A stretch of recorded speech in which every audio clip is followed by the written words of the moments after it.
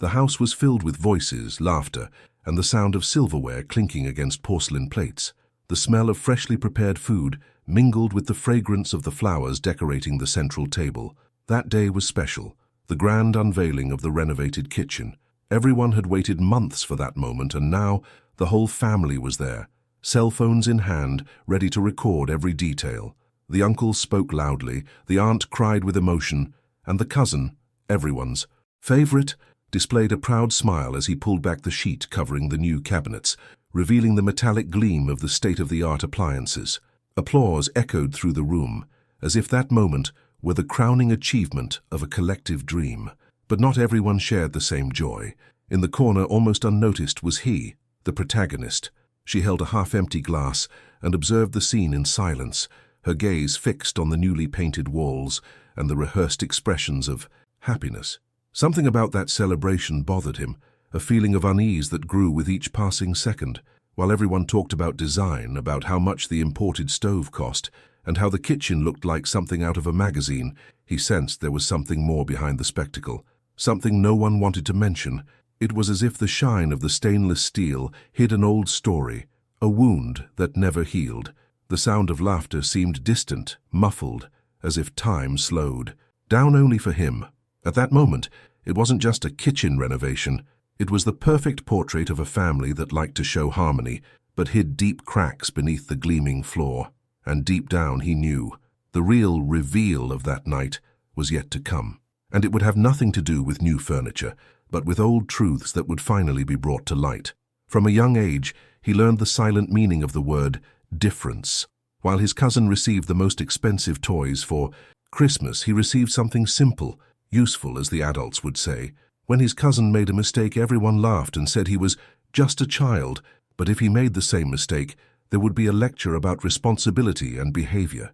The comparisons were constant, like an echo that echoed through the years, shaping a wound that never fully healed. At school, his cousin was driven to and from school, attended private lessons, trips and summer courses.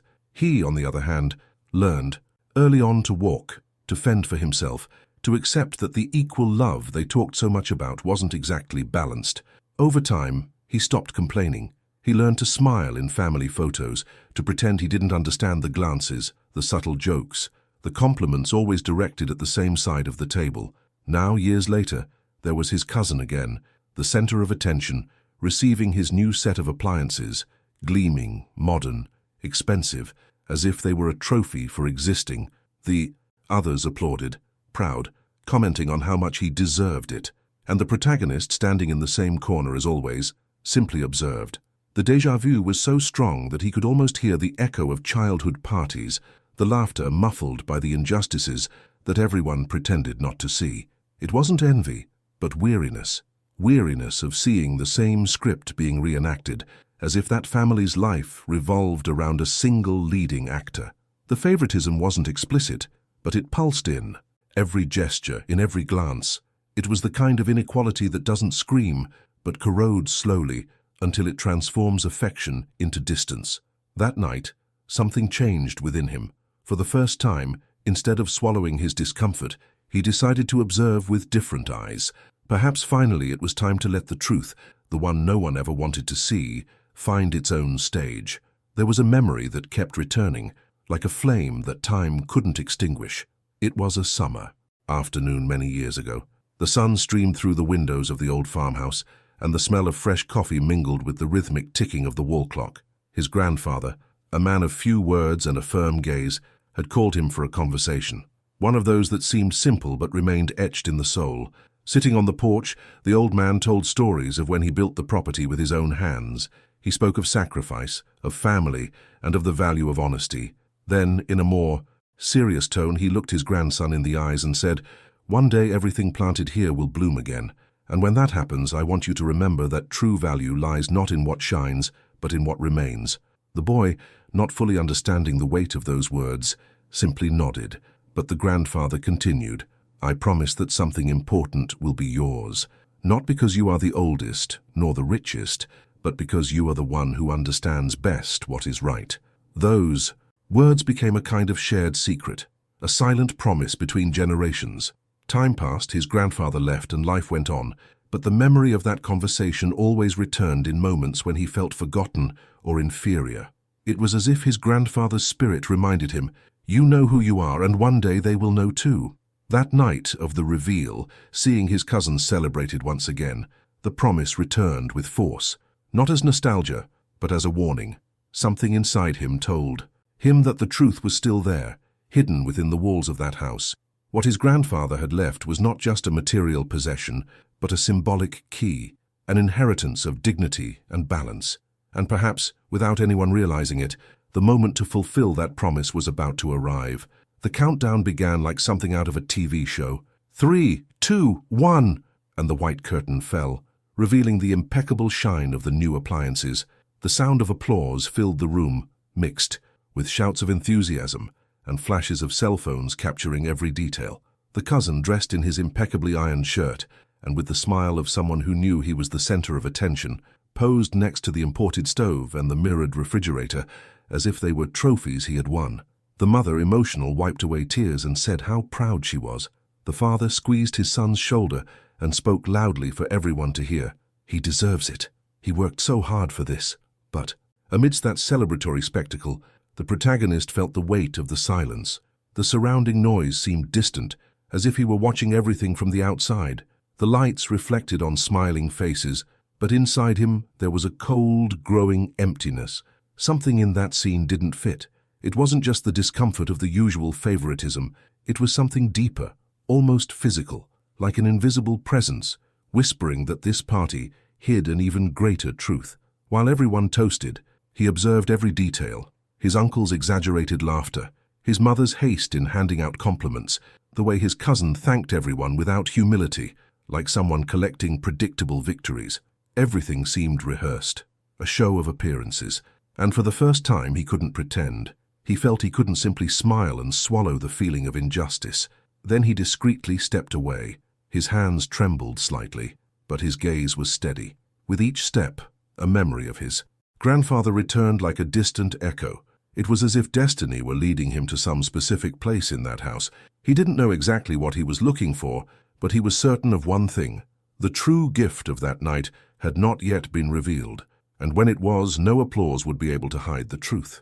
He walked through the house's corridors as if traversing sacred territory, where each piece of furniture held a fragment of the past. The sound of laughter in the distance, coming from the kitchen, echoed as a reminder that the show was still going on. But there, amidst the shadows and the smell of old wood, there was another kind of silence, the silence of memory.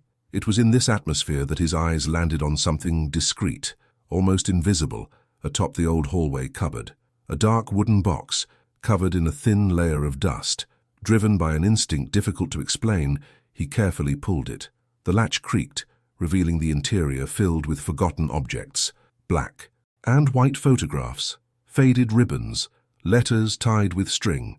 At the bottom, an envelope caught his attention. Unlike the others, it was intact, sealed with wax and stamped with an old seal bearing the family surname in elegant lettering. His heart raced. There was something in that envelope that seemed to pulsate, as if it held a living secret, waiting to be rediscovered. He sat down in a nearby chair, his trembling hands clutching the yellowed paper.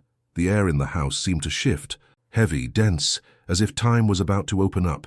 Slowly he ran his finger over the seal and recognized the symbol his grandfather had used, a small oak tree, the same one engraved on the fence of the old farm. The memory of that conversation on the porch came rushing back. For a moment he hesitated.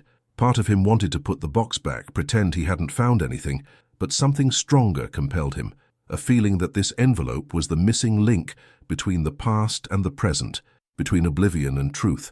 With a deep sigh, he broke the seal and opened the envelope. The smell of aged paper escaped, along with an indescribable emotion. Inside were official documents, recognizable signatures, and a title that would change everything. The deed. The original deed to the family property, kept there silently, as if his grandfather had left a final message waiting for the right moment to be heard. His hands trembled as he slid the papers out of the envelope. The rough texture of the aged paper carried a weight that went beyond the physical. It was as if each fiber held a story, a secret, an ancient promise. The sound of the paper being opened echoed in the silence of the hallway, and the air seemed to hold for a moment. His eyes carefully scanned the lines, trying to decipher the formal words written in faded blue ink. Deed of ownership. He blinked a few times, unable to believe what he saw. The name there, in firm, unmistakable letters, was his.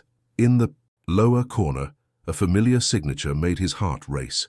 His grandfather's name written in the same handwriting he remembered from old letters, and below, the official registry office seal, the registered date, everything legalized and stamped. There was no doubt that land, the plot on which the house had been built, the symbol of the entire family history, belonged to him. The weight of the revelation fell upon his shoulders like a whirlwind of emotions.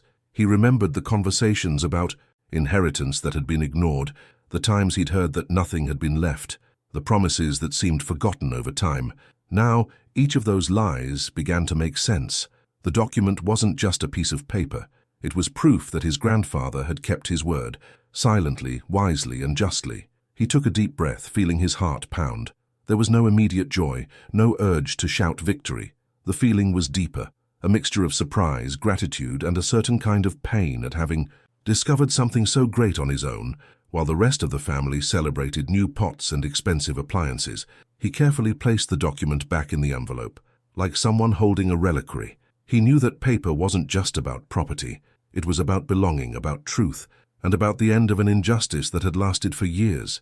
And, as he looked at the broken wax seal, he understood. His grandfather had never forgotten him. He had simply waited for the right moment for the truth to find its way. He returned to the kitchen with slow, almost ceremonious steps, feeling the weight of the envelope in his pocket. The collective laughter still echoed, mixed with the clinking of glasses and the sound of background music. The table was full of colorful plates, half-empty glasses, and faces illuminated by a rehearsed joy. No one noticed his arrival. He approached the central countertop, the one everyone had praised so much for its modern beauty, and, without saying a word, placed the envelope on the gleaming marble. The dry sound of the paper hitting the surface seemed to cut through the air. For a few seconds, no one understood. The cousin, still holding a glass of wine, turned curiously. "What is this?" he asked, forcing a slight laugh. The protagonist didn't answer. He simply opened the envelope and calmly took out the folded document.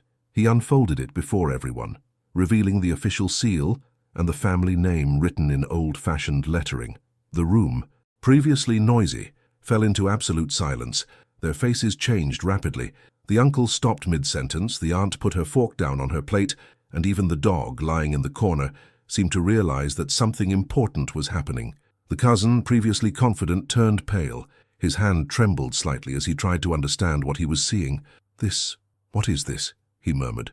And the protagonist, looking intently at him, replied in a calm voice, "The truth you've forgotten." The silence became almost suffocating. Each one felt the invisible weight of old lies being unearthed there, between freshly painted walls and new appliances. That document was more than a deed. It was the mirror of a story the family had tried to hide. And in that instant, the perfect kitchen, a symbol of modernity and appearances, became the stage for the oldest and most inevitable revelation of all. Justice had finally returned home. The protagonist's hands moved steadily as he unfolded the document before everyone. The old paper reflected the yellowish light of the kitchen, as if each line written there carried the weight of time and truth. The aunt, curious and nervous, approached to read the first words. Her eyes widened, and a murmur of surprise swept through the room. It's the property title," she stammered. The sentence fell like a stone in the middle of the room. The air seemed to disappear for a moment. The cousin stepped forward, trying to maintain control. "There must be some mistake," he said, with the forced tone of someone who still believed he had power over the narrative. But the notary's seal, the signatures, and especially the grandfather's name, written in firm, unmistakable handwriting, spoke louder than any argument. It was official, it was legitimate. The land, the plot where the entire house, the kitchen, and the appliances were built, belonged to the protagonist. With each word read, the family's pride seemed to crumble, like an expensive painting being washed away by the rain. The uncle looked away, ashamed. The mother, in silence, bit her lip, and the cousin, the same one who just minutes before had been the center of attention, was now motionless, his face pale, his hands unsure where to rest. The laughter that had filled the air minutes before had vanished, replaced by a heavy silence. the kind of silence that only the truth can impose. The protagonist didn't raise his voice. He didn't need speeches or revenge. He simply said in a serene tone, "What is true doesn't need to be announced, only revealed." He left the document on the table, looking around without resentment. That piece of paper wasn't a weapon, but a liberation, and it was at that moment that everyone understood. The cousin's gift, the appliances, the gleam of the renovation, the pride of being the favorite, was nothing but a facade. Everything he displayed was based on something that was never his. The truth, at last, had taken its place. And no one in that room would leave the same after that. Silence still hung in the air as he took a deep breath and straightened up before his family. Everyone expected an explosion, an impulsive reaction, perhaps a cathartic outburst after so many years of injustice, but it didn't come. Instead, the protagonist spoke softly, with a serenity that disarmed any defense. "I didn't come here to take anything from anyone," he began, his voice firm but full of restrained emotion. "I just wanted to show what has always been here, hidden, forgotten, ignored." The words sounded like a balm and at the same time like a mirror. Some lowered their eyes, others swallowed hard. He continued, walking slowly around the table. "For years they made me believe that I deserved nothing, that all I could do was watch from afar, smile and applaud. But the truth is that my grandfather taught me that a person's worth is not in what they receive, but in what they carry inside." He looked at his cousin, who remained motionless, his eyes brimming with a mixture of anger and shame. "This isn't about revenge nor humiliation. It's about justice, about respect, and about honoring the word of the one who built all this with his own hands." He lightly touched the document, as if caressing a memory. Grandpa's true legacy was never this house, nor these expensive appliances. It was his faith, his courage, and his love for this land. Something that can't be bought, given as a gift, or stolen. His voice trembled slightly, but not with anger. It was emotion. Each sentence was laden with years of accumulated silence, now transformed into truth. "I only wanted what is right. And above all, I wanted you to remember who we were before all this turned into a competition." When he finished speaking, no one dared interrupt. The sound of the newly installed refrigerator was the only noise that filled the air. There was no applause, no arguing, just the feeling that, for the first time in a long time, justice had been served, without shouting, without confrontation, only with the quiet force of truth. That night, which began with celebration and glamour, ended in silence and reflection. The applause had died down, the glasses were left half empty, and what had once seemed a successful celebration had transformed into a mirror, reflecting long-hidden truths. The protagonist remained there, standing, observing the document on the counter, not as one who has achieved something, but as one who has rediscovered a lost part of himself. There was no anger in his expression, only peace. He knew that true justice needs no audience, no applause. It simply happens in due time, like a seed that germinates in silence. As he looked at the house, now immersed in a heavy atmosphere, he realized that everything that had been built, walls, tiles, expensive appliances, might shine on the outside, but remained empty inside. What sustained that family was never possessions, but the roots planted by those who believed in truth, honor, and integrity. He took a deep breath and smiled slightly, as if finally understanding the purpose of it all. His grandfather's promise wasn't about material inheritance, but about recognizing one's own worth, even when the world tries to deny it. And in that instant, he understood that true wealth lies not in what one possesses, but in who one is. As he said goodbye, he cast one last glance at his cousin, not of victory, but of forgiveness, because sometimes what seems like a loss is just the beginning of a revelation. Some shine in appearances, but others hold true value, invisible, yet eternal. And as she left through the door, the wind blew gently, as if time itself confirmed that the cycle was complete. Justice did not come with shouts, but with the serenity of one who knows that truth, when it arrives, needs no defense. And you, have you ever experienced a moment when the truth turned the tables? Tell your story in the comments and share this video with anyone who needs a reminder that justice can be found where you least expect it.